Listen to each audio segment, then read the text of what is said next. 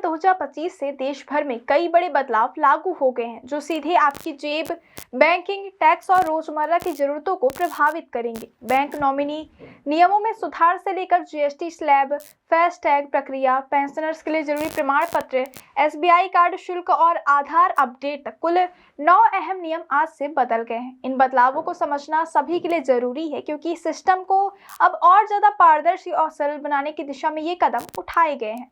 सबसे पहले बात करते हैं बैंक नॉमिनी नियमों की। आज से ग्राहक अपने बैंक खाते या लॉकर में 4 नॉमिनी तक जोड़ सकेंगे।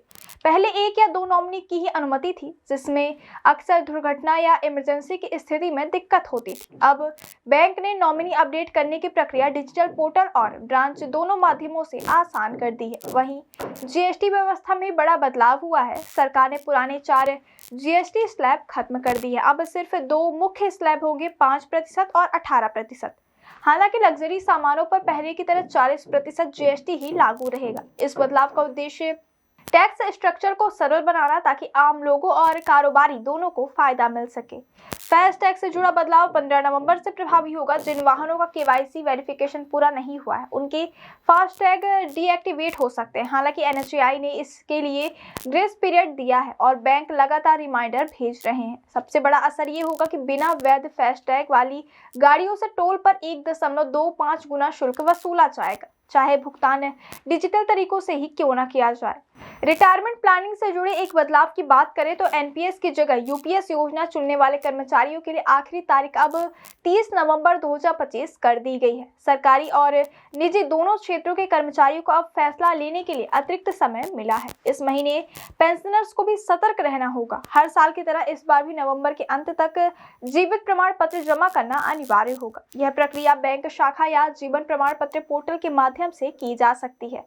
समय पर प्रमाण पत्र जमा न करने पर पेंशन भुगतान रोक दिया जाएगा। बैंकों की बात करें तो पंजाब नेशनल बैंक ने लॉकर चार्ज में बदलाव की घोषणा की है। ये नियम 30 दिनों के भीतर लागू होंगे। नए शुल्क लॉकर के साइज और शाखा के स्थान पर आधारित होंगे, यानी अब अलग अलग ग्राहकों को अलग अलग शुल्क देना होगा। एसबीआई कार्ड उपयोगकर्ताओं के लिए भी एक बड़ा अपडेट लागू हो गया है। अब अगर कोई ग्राहक मोबीक्विक, क्रेडिट जैसे थर्ड पार्टी एप्स पर एजुकेशन पेमेंट करता है तो उसे 1% अतिरिक्त शुल्क देना होगा। यही 1% शुल्क डिजिटल वॉलेट में 1000 से अधिक राशि जोड़ने पर भी लागू होगा। इस बदलाव का उद्देश्य डिजिटल ट्रांजैक्शन को और अधिक पारदर्शी बनाना है। आधार कार्ड अपडेट से जुड़ा बदलाव भी आज से लागू हो गया है।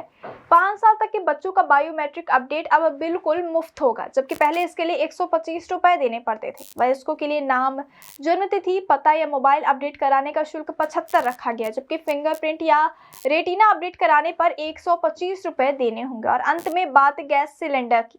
1 नवंबर से कमर्शियल गैस सिलेंडर की कीमत में 5 रुपए की कमी की गई है। दिल्ली में सिलेंडर का दाम अब 1590 रुपए हो गया, जो पहले 1595 रुपए था। देश के बाकी हिस्सों में भी यही 5 रुपए की कमी लागू की गई। हालांकि घरेलू गैस सिलेंडर की कीमतों में कोई बदलाव नहीं किया गया है।